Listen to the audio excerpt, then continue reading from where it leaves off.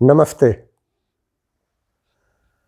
आज हम एक अलग से सब्जेक्ट पर बात करेंगे। इस वीडियो को बनाने का मेरा मकसद सिर्फ इतना है कि जो मैंने पढ़ा है, जो समझा है, जो जाना है, उस जानकारी को आपके साथ शेयर करूं। काला जादू, ब्लैक मैजिक, तंत्र मंत्र, जादू टोना, इसके बारे में आपने अक्सर अपने बड़े बूढ़ों से, घर में, समाज में, पड़ोस में, गांव में कभी ना कभी किसी से ज़रूर सुना होगा। बिना किसी कारण के किसी व्यक्ति को भूख नहीं लगती है, वो रात को सो नहीं पाता है, कमज़ोर हो रहा है, चिंता में रहता है, तो अक्सर ये कह दिया जाता है इस पर किसी ने कुछ कर दिया है, अच्छा भला था बीमार हो गया। तो आखिर ये काला जादू, ब्लैक मैजिक, तंत्र मंत्र, जादू टोना क्या है? आखिर इसका रहस्य क्या है? और इसको अगर ये है भी तो इसको काउंटर करने का, इससे बचने का उपाय क्या है? विज्ञान के अनुसार ये माना जाता है कि हर जीव एक एनर्जी है, ऊर्जा है।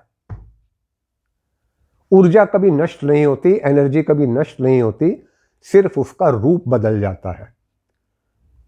कुछ व्यक्ति अपनी ऊर्जा को पॉजिटिव एनर्जी में बदल लेते हैं, कुछ अपनी ऊर्जा को नेगेटिव एनर्जी में बदलते हैं और हमेशा इस प्रयास में रहते हैं कि किसी तरह दूसरों का बुरा किया जाए। उनसे किसी का सुख बर्दाश्त होता ही नहीं है, इतनी नेगेटिविटी उनमें भरी हुई है। अगर कोई शेर किसी बकरी के बच्चे पर झपट रहा है उसे खाने के लिए, तो एनर्जी वही है उस शेर में भी, यानी शिकारी में भी और शिकार में भी, दोनों में वही एनर्जी है, लेकिन उसका रूप बदल गया है।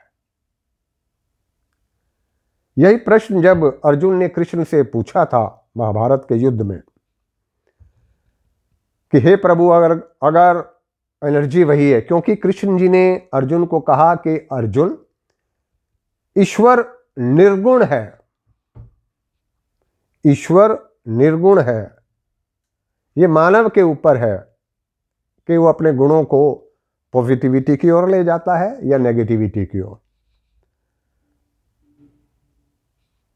वही ईश्वर का रूप, वही एनर्जी दुर्योधन में भी थी, अर्जुन में भी थी, लेकिन दोनों के विचारों में अंतर स्पष्ट था।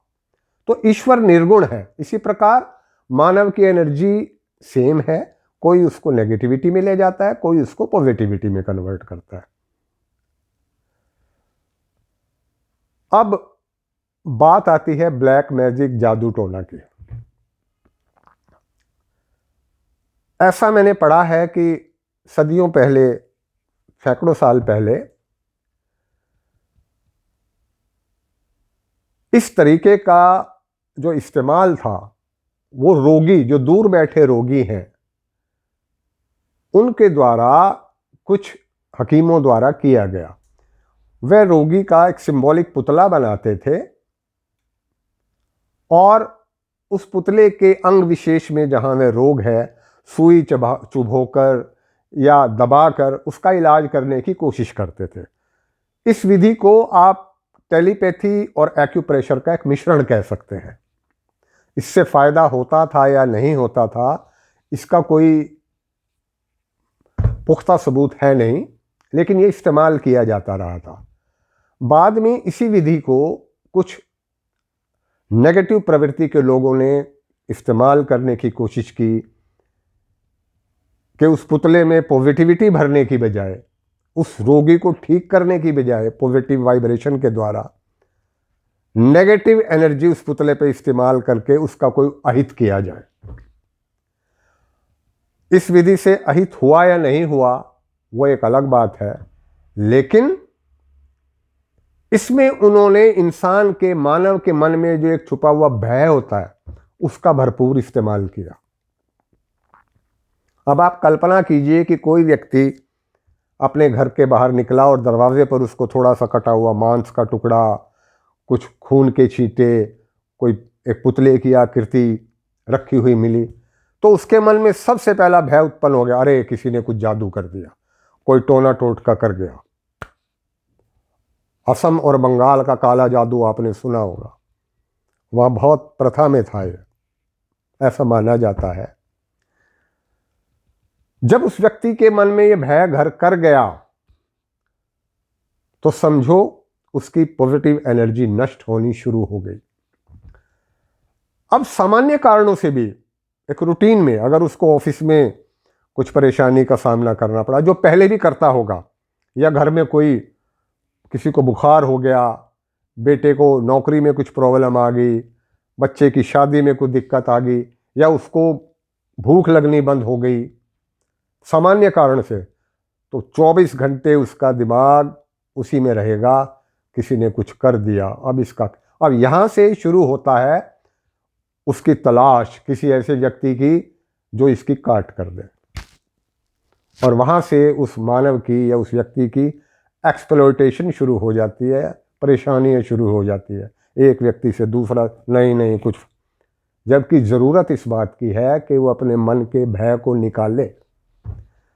अब काला जादू से, तंत्र मंत्र से किसी मजबूत आदमी का कुछ बिगड़ा या नहीं बिगड़ा, उस पर हम बात नहीं करेंगे। बात यह है कि अगर किसी कोई लगता है कि कोई व्यक्ति उस पर नेगेटिव एनर्जी इस्तेमाल कर रहा है, तो इससे बचा कैसे जाए, उसको नेगेटिव एनर्जी को दूर कैसे रखा जाए। और नेगेटिव एनर्जी को दूर रखने के लिए नहीं, सामान्य अवस्था में भी जीवन में मानव को कुछ काम करने चाहिए जो हमारे बड़े बुजुर्गों ने, विद्वानों ने बताए हैं।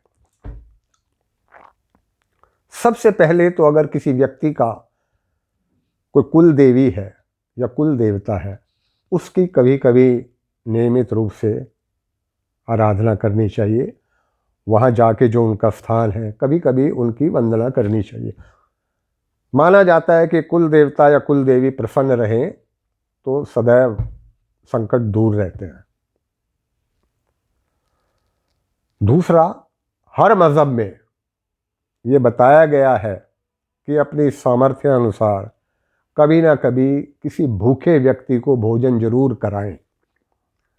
किसी भूखे व्यक्ति को भोजन कराने से नेगेटिव एनर्जी दूर रहती है, ऐसा माना जाता है।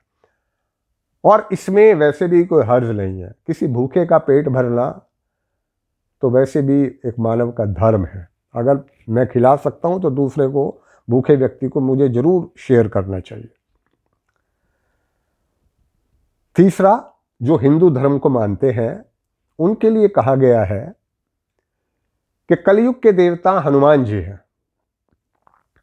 जो व्यक्ति निरंतर या नियमित रूप से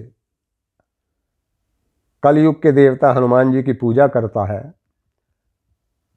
वो हनुमान चालीसा का पाठ करे, सुंदरकांड का पाठ करे, तो कलयुग के देवता हनुमान जी को कलयुग में सब संकट और सब दुखों को दूर करने वाला बताया गया है। उनकी पूजा करने वाले व्यक्ति का तंत्र मंत्र, जादू टोना, काला जादू, पीला जादू कोई कुछ बिगाड़ ही नहीं सकता।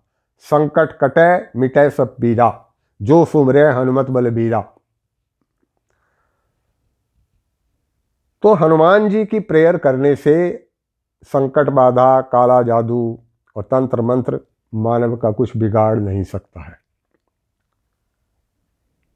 एक और मंत्र है जिसके बारे में कहा गया है, गायत्री मंत्र, महामंत्र है हिंदू लोगों के लिए। जो व्यक्ति सोने से पहले या दिन में सुबह जब समय मिले 108 बार गायत्री मंत्र का पाठ करेगा तो ऐसा विश्वास माना गया है, ऐसा भरोसा दिलाया गया है कि कोई भूत प्रेत, बाधा, नेगेटिव एनर्जी, किसी की नेगेटिविटी वो उस इंसान का कोई अहित कर नहीं सकती।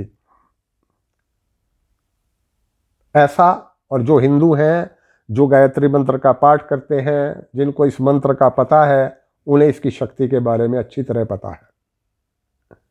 रुद्राक्ष की माला भी पहनने को बताया गया, लेकिन वो सबके लिए संभव है नहीं। और हिंदू धर्म में ही नहीं, हर मजहब में प्रेयर की शक्ति से बड़ी शक्ति किसी को माना नहीं गया है। भूखे को रोटी खिलाना, ज़कात, इससे कोई इनकार नहीं कर सकता कि हर मजहब में प्रेयर की शक्ति को सर्वश्रेष्ठ माना गया। जो व्यक्ति ईश्वर की पूजा करेगा उसका कोई अहित कैसे करेगा जिसके साथ ईश्वर है। और सबसे महत्वपूर्ण बात, अपने मन के भय को जीतिए, अच्छे कर्म कीजिए। अगर आप अच्छे कर्म करते हैं, ईश्वर की पूजा करते हैं, तो यकीन मानिए कोई भी जादू टोना आपके आसपास फटक भी नहीं सकता। कोई भी नेगेटिव एनर्जी, जादू टोने की बजाय मैं इसको नेगेटिव एनर्जी कहूँगा, कोई आदमी अपनी नेगेटिव एनर्जी का आप पर कितना इस्तेमाल कर ले, आपका कुछ बिगड़ेगा नहीं। हाँ, ऐसे नेगेटिव एनर्जी वालों का अंत खुद बहुत बुरा होता है, इसमें कोई दो राय नहीं है। ये बात उनको समझनी चाहिए। आज बस इतना ही। नमस्ते।